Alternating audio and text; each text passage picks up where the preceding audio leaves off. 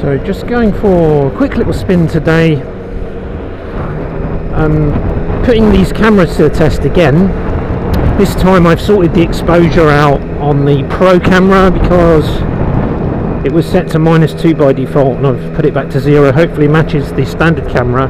So comparison between the Drift Ghost XL standard camera and the Drift Ghost XL Pro 4K souped up camera, should we say.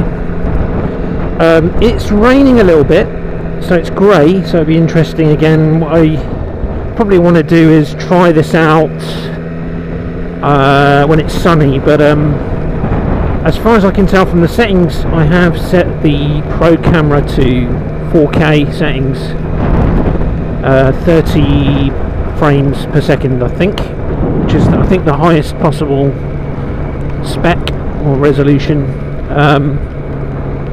There's an analogy that comes to mind about life, really, that getting biker gear on is a pain, but you can either moan about it or just get on with it. And what you don't want to do is cut corners and ride on your bike in shorts or t-shirt like I see some nutcases doing. If they ever come off their machine, they're going to be looking at skin grafts. Not worth it. It is a pain getting your gear on. I haven't actually got my one piece on, I've got my two-piece non-leather trousers, but yeah, you got to do it. So I'm just going for a short spin. I'm going to put some fuel in the tank and then just go around the block just to again just compare these cameras. I needed to get some fuel anyway, so I thought I might as well nip down the local for some fuel.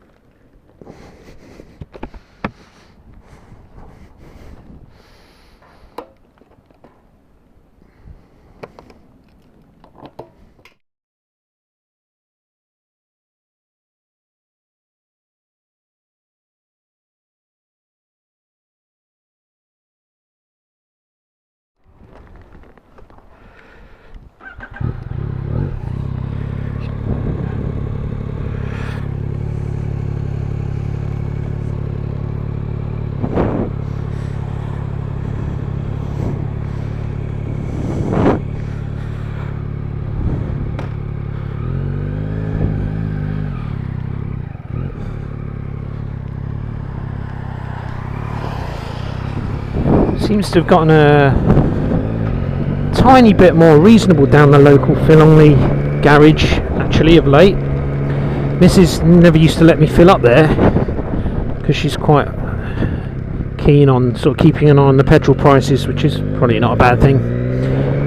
But it seems to have come down a bit at that local Philongley, if I'm not mistaken.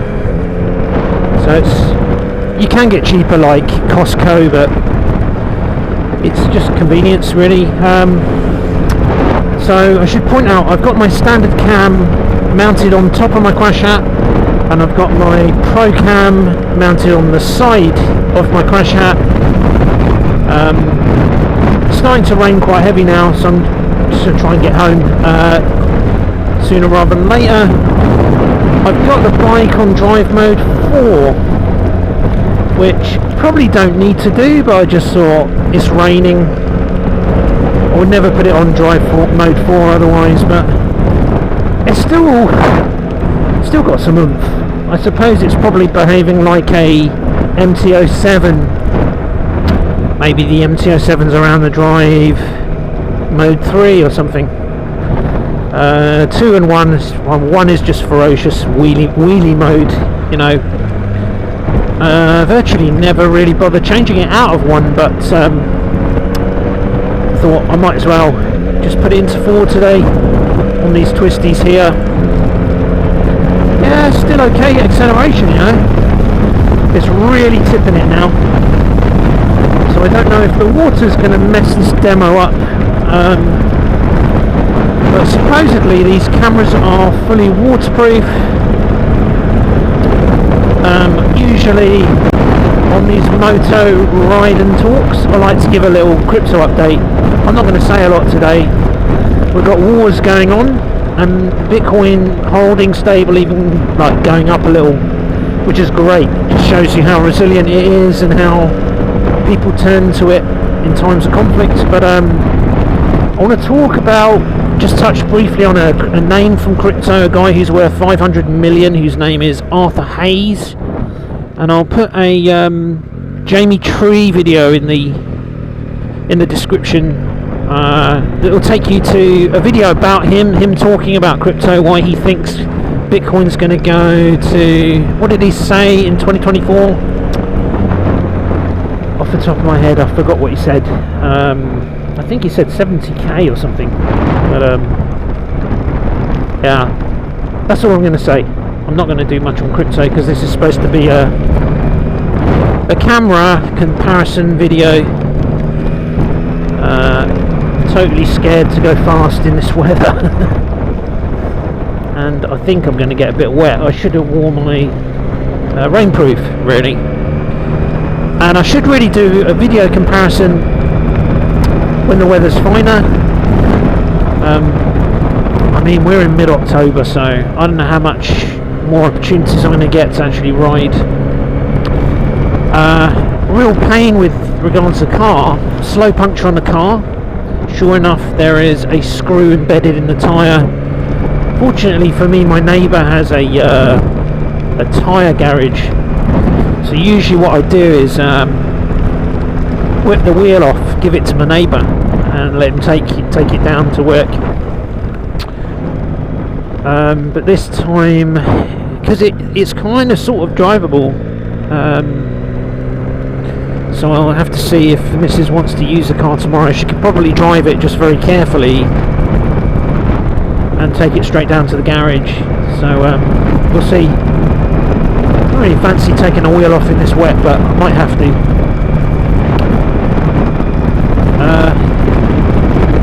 Just glad that didn't happen on my bike.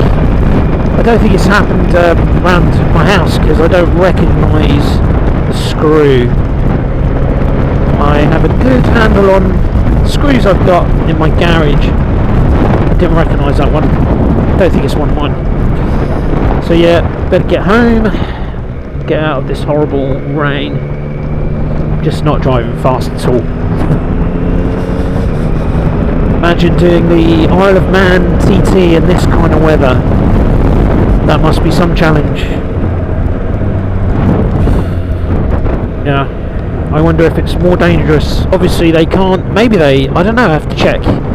Do they cancel the event or postpone the event till the weather clears up, or do they crack on in the rain? They're certainly not going to get lap records, are they, or race records in this kind of weather.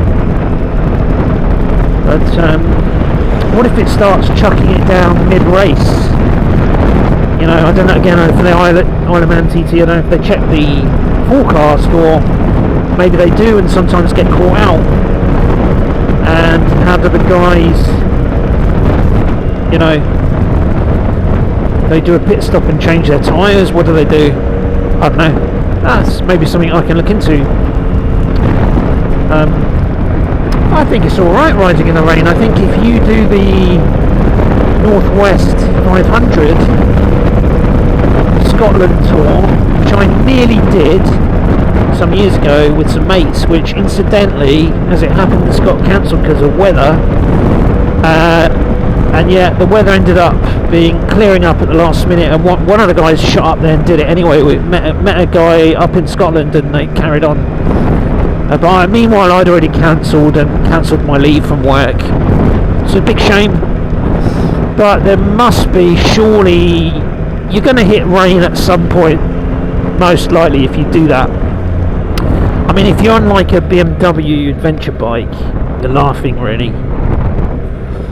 GS or something. This bike's fine. It's just got a little tank, That's trouble. I wish Yamaha would put bigger tanks on these naked bikes, the MTs, and especially the MT-10. It's one of the big downsides to this bike, is a tiny fuel tank size, 14 litres I think. I wonder if Yamaha will address that sometime in the future, but maybe not. Maybe it is designed to be a round town bike, and I want to keep the weight low, etc. So yeah, good to sniff out. Enjoy the camera comparison. I'll do another one. It might just form part of my normal vlog, not specially dedicated to camera comparison. Once I'm sort of confident I've got all the settings where I need them. But ciao for now. Keep free. Keep biking. Keep buying Bitcoin. Adios.